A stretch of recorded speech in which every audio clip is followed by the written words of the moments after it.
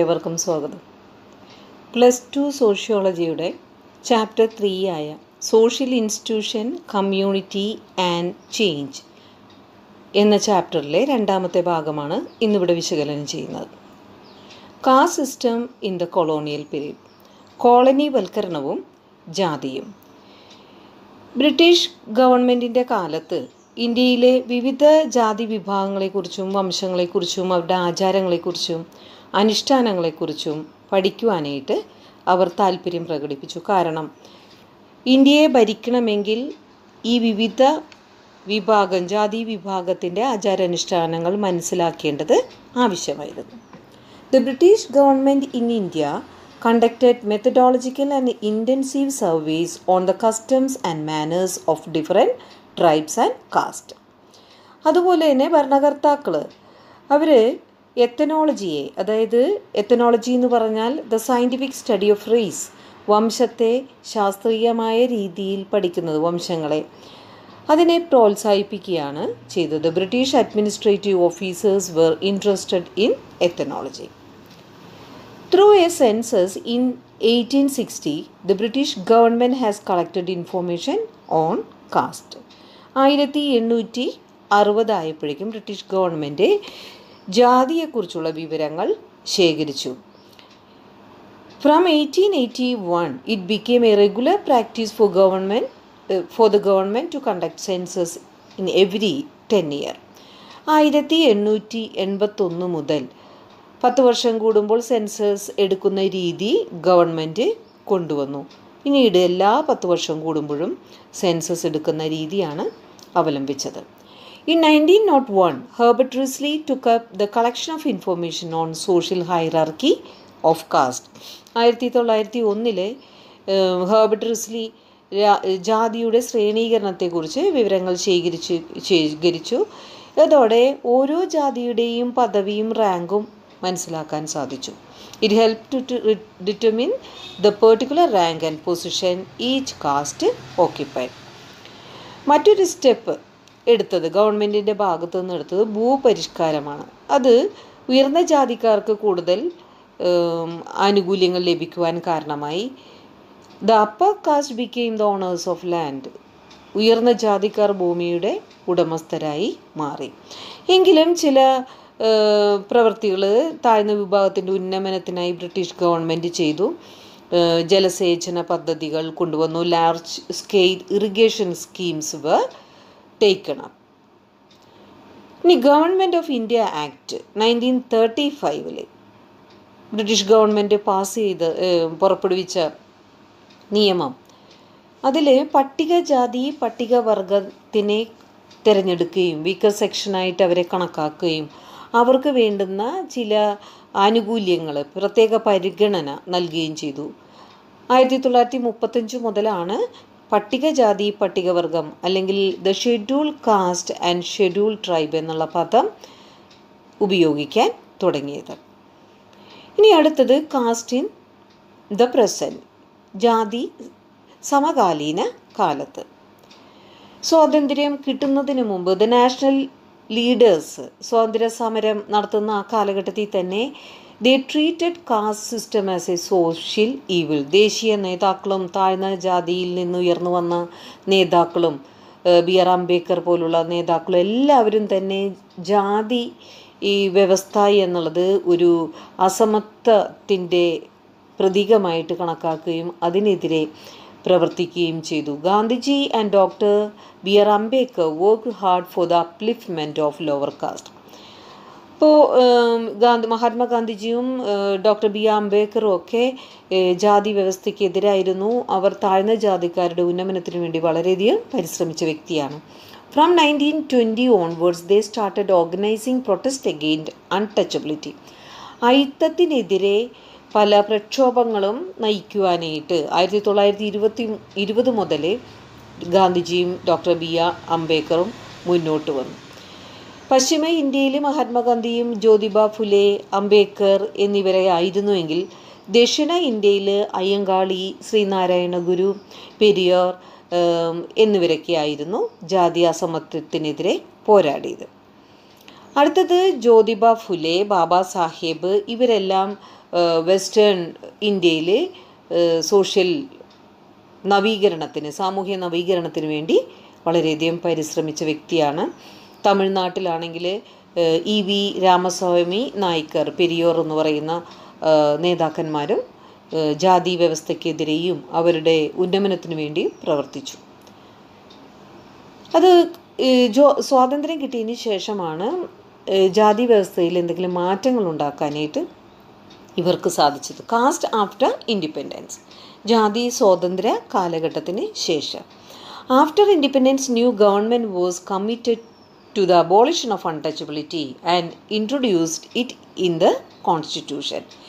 ഭരണഘടന ഡ്രാഫ്റ്റ് ചെയ്തപ്പോൾ തന്നെ അതിലൊരു നിയമം കൊണ്ടുവന്നത് അബോളിഷൻ ഓഫ് അൺടച്ചബിലിറ്റി ആണ്. ആർട്ടിക്കിൾ 17 എന്ന ആർട്ടിക്കിളിലൂടെയാണ് അത് കൊണ്ടുവന്നത്. അയിത്തത്തെ നിയമം മൂലം നിരോധിക്കുകയും അത് ഭരണഘടനയിൽ ആ തിന്മയെക്കുറിച്ച് പരാമർശിക്കുകയും ചെയ്യുകയുണ്ടായി. New government could effectively deal with the problem of inequality between upper and lower cast in economic and education terms.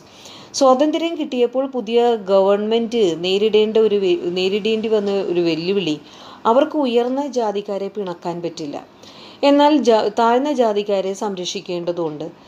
അതുകൊണ്ട് തന്നെ ഒരു നയതന്ത്രപരമായ രീതി ആയതുകൊണ്ട് പുതിയ ഗവൺമെൻറ്റിന് ജാതീയ, സാമ്പത്തിക, വിദ്യാഭ്യാസപരമായ അസമത്വങ്ങൾ നിയന്ത്രിക്കാൻ കഴിഞ്ഞില്ല. പിന്നീട് അത് നിയന്ത്രിക്കപ്പെട്ടത് പല നിയമങ്ങളിലൂടെയാണ്. എങ്കിലും നഗരവൽക്കരണവും ആധുനിക വിദ്യാഭ്യാസവുമാണ് ജാതി വ്യവസ്ഥയിൽ വലിയ മാറ്റങ്ങളുണ്ടായത്. നഗരവൽക്കരണം എന്ന് പറയുമ്പോൾ വ്യവസായവൽക്കരണത്തിൻ്റെ ഒരു ഭാഗമായിട്ടാണ് നഗരവൽക്കരണം വന്നത്. തൊഴിൽ തേടി നഗരങ്ങളിലേക്ക് പോവുകയും ബെറ്റർ സൗകര്യം തേടി വിദ്യാഭ്യാസം നടത്താനൊക്കെ നഗരങ്ങളിലേക്ക് പോവുകയും എല്ലാ ജാതിക്കാരും കൂടി ഒന്നിച്ചിരുന്ന് പ്രവർത്തിക്കേണ്ടതായി വന്നു. വിദ്യാഭ്യാസ സ്ഥാപനങ്ങളിൽ താഴ്ന്നതും ഉയർന്നുമായ ജാതിക്കാരെല്ലാവരും തന്നെ ഒന്നിച്ചിരുന്ന് പഠിച്ചു. വ്യവസായശാലകളിലും തൊഴിൽ രംഗത്തും അവരൊന്നിച്ച് ജോലി ചെയ്തു. എങ്കിലും പല രീതിയിലുള്ള അസമത്വങ്ങൾ വ്യവസായശാലയിലും കാണാമായിരുന്നു. വ്യവസായശാലകളിൽ തൊഴിലാളികളെ നിയമിക്കുന്നതിൽ ജാതി ഒരു ഘടകമായി മാറി. ചില ഡിപ്പാർട്ട്മെൻറ്റുകളിൽ ആളുകളെ ആവശ്യമായി വരുമ്പോൾ അവിടുത്തെ ഉദ്യോഗസ്ഥൻ അല്ലെങ്കിൽ അതിനെ തൊഴിലാളികളെ റിക്രൂട്ട് ചെയ്യുന്ന ഉദ്യോഗസ്ഥൻ്റെ ജാതി അനുസരിച്ചുള്ള ആളുകൾ തങ്ങളുടെ ആൾക്കാരെ അവിടെ നിയമിക്കുന്ന ഒരു രീതി വന്നു. മറ്റു ജാതിക്കാരെ പരിഗണിക്കാത്ത ഒരവസ്ഥ. ചില ഡിപ്പാർട്ട്മെൻറ്റ് മുഴുവൻ ഏതെങ്കിലും ഒരു ജാതിക്കാരുടേതായി വന്നു. From 1980 based political parties have come up. 1980-കളിൽ വന്ന ഒരു മാറ്റം രാഷ്ട്രീയവും ജാതിയും തമ്മിൽ ഒരു ബന്ധം ഉണ്ടാവുകയാണ് ചെയ്തത്. Caste and communities often decide candidate for the election. തങ്ങളുടെ പ്രദേശത്ത് നിൽക്കേണ്ട ഭൂരിഭാഗം ആളുകൾ ഏത് ജാതിക്കാരാണ് എന്ന് നോക്കിയിട്ട് അതിൽ നിന്ന് നിൽക്കേണ്ട സ്ഥാനാർത്ഥിയെ തിരഞ്ഞെടുക്കുന്ന ഒരു രീതി കണ്ടെത്തി. കൂടുതൽ ആ ജാതിക്കാരുടെ വോട്ട് കിട്ടുവാൻ ആ ജാതിയിൽ നിന്ന് ഒരു സ്ഥാനാർത്ഥിയെ തിരഞ്ഞെടുക്കുന്ന രീതി ആണ് ഇന്ന് നടക്കുന്നത്. രാഷ്ട്രീയ ലക്ഷ്യങ്ങൾ നേടുന്നതിന് ഇന്ന് ജാതി ഉപയോഗിച്ചുകൊണ്ടിരിക്കുന്നു. ഇപ്പോൾ സ്വാതന്ത്ര്യം കിട്ടിയപ്പോൾ ജാതി വ്യവസ്ഥ ഇല്ലാണ്ടാകും അല്ലെങ്കിൽ കുറയും എന്ന് പറയുകയാണെങ്കിൽ അത് ശരിയല്ല. കാരണം ജാതീയത വർദ്ധിക്കുകയാണ് ചെയ്തത്. ഇന്നും ജാതിപരമായ പല സംഘടനകളുണ്ട്, ജാതി വിദ്വേഷങ്ങളുണ്ട്, കാസ്റ്റിസം, ജാതീയത എന്ന പ്രവണത കാണുന്നു. ഒരു ജാതിക്കാർക്ക് മറ്റു ജാതിക്കാരോട് ഒരു വിദ്വേഷം കാണുന്നു. അപ്പോൾ ജാതി വ്യവസ്ഥ കുറഞ്ഞുകൊണ്ടിരിക്കുന്നു എന്നല്ല. മിക്സഡ് മാരേജ് അങ്ങനെയുള്ള സംഭവങ്ങൾ വന്നപ്പോൾ അല്പം കുറഞ്ഞു എങ്കിലും ഇന്നും ചിന്താഗതിയിൽ മാറ്റം വലുതായിട്ടൊന്നും ഉണ്ടായിട്ടില്ല എന്ന് തന്നെ പറയാം. ഇനി ഈ ചാപ്റ്ററിൽ പ്രധാനപ്പെട്ട 2 പോയിൻ്റാണ് സാൻസ്ക്രിറ്റൈസേഷൻ, ഡോമിനൻ്റ് കാസ്റ്റ് എന്നുള്ള പദങ്ങൾ. ഈ 2 പദങ്ങളും സാമൂഹ്യശാസ്ത്രത്തിന് ഇൻട്രൊഡ്യൂസ് ചെയ്തത് M.N. ശ്രീനിവാസ് തന്നെയാണ്. The term sanskritisation first coined by M.N. Srinivas in 1952 to describe the process of cultural mobility in Indian caste system in his study of Coorg in Mysore.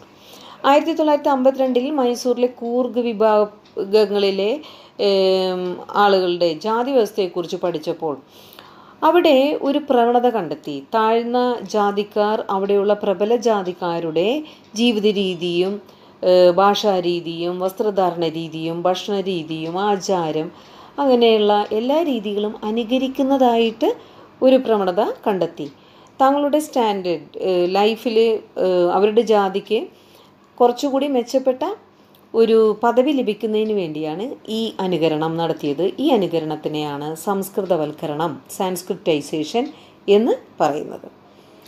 It is a process by which the low caste take over the beliefs, rituals, life styles and other cultural traits from those of the upper caste, especially the Brahmins.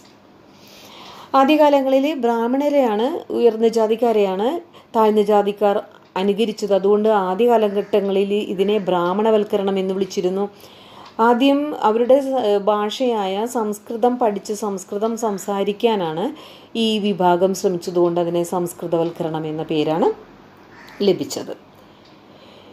ഇനി ഇത് അടുത്ത ഒരു പോയിൻ്റാണ് dominant cast. ആരാണ് ഈ dominant cast? മേധാവിത്വ ജാതി. Dominant caste refers to the caste with a large population who were granted land rights through land reforms after independence. സ്വാതന്ത്ര്യം ലഭിച്ചതിന് ശേഷം ജന്മിമാർ പോലുള്ള വലിയ ലാൻഡ് ലോഡ്സ് അവർ നഗരങ്ങളിൽ താമസിക്കുകയും ഇടയ്ക്ക് വല്ലപ്പോഴും വന്ന് ഭൂമി ഏൽപ്പിച്ചിരിക്കുന്ന ഇടനിലക്കാരിൽ നിന്ന് നികുതി പിരിക്കുകയായിരുന്നു പതിവ്. ബ്രിട്ടീഷ് ഭരണത്തിന് ശേഷം ഇന്ത്യക്ക് സ്വാതന്ത്ര്യം ലഭിച്ചപ്പോൾ ശേഷം ഒരു ഭൂപരിഷ്കാരം നിലവിൽ വന്നു. ഭൂമിയിൽ യഥാർത്ഥ കൃഷിക്കാർ, ആ കൃഷിക്കാർക്ക് ഭൂമി ദാനം നൽകി. അങ്ങനെ ആ ഭൂമി സ്വീകരിച്ച ആളുകളെയാണ് പിന്നീട് പ്രബല ജാതിക്കാർ എന്ന പേരിൽ അറിയപ്പെട്ടത്. ആ ഭൂമിയിൽ കൃഷി ചെയ്തിരുന്ന ആളുകളുടെ ജാതി ഏതാണെങ്കിലും അവർ എണ്ണത്തിൽ കൂടുതൽ വരികയാണ്, സംഖ്യാബലം അവർക്കുണ്ടാകുകയാണ്. ഭൂമി ലഭിച്ചതുകൊണ്ട് അവർക്ക് സാമ്പത്തിക ശേഷി ഉണ്ടാകുകയാണ്. പണം സമ്പത്ത് മെജോറിറ്റി ഉള്ളതുകൊണ്ട് അവർക്ക് രാഷ്ട്രീയ സ്വാധീനവും ഉണ്ടാകുകയാണ്. ഇങ്ങനെ സംഖ്യാബലവും സാമ്പത്തിക ശേഷിയും രാഷ്ട്രീയ അധികാരവും ഒരു ജാതിയെ പ്രബല ജാതിയാക്കി തീർക്കുന്നു. ആ ജാതി ഒരു കാലത്ത് താഴ്ന്ന ജാതിയാകാം, അല്ലെങ്കിൽ ഉയർന്ന ജാതിയിൽ രണ്ടാം തരമോ മൂന്നാം തരമോ നിൽക്കുന്ന ജാതിയാകാം. The dominant caste are characterized by numerical strength, economic power through ownership of land and political power.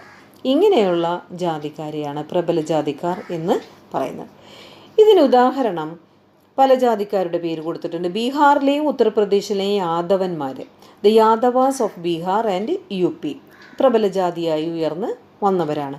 കർണാടകയിലെ ഒക്കലിംഗന്മാർ, ആന്ധ്രാപ്രദേശിലെ റെഡ്ഡികളും ഖമ്മാസും, മഹാരാഷ്ട്രയിലെ മറാത്തകൾ, പഞ്ചാബിലെ ഹരിയാനയിലെ വെസ്റ്റേൺ UPയിലെ ജാട്ടുകൾ എന്നീ ജാതികളെല്ലാം പ്രബല ജാതികളായി മാറി. സ്വാതന്ത്ര്യലബ്ധിക്ക് ശേഷമാണ് പ്രബല ജാതികളായി മാറിയത്. ഇതോടെ മൂന്നാമത്തെ ചാപ്റ്ററിലെ രണ്ടാമത്തെ ഭാഗം ഇവിടെ അവസാനിക്കും.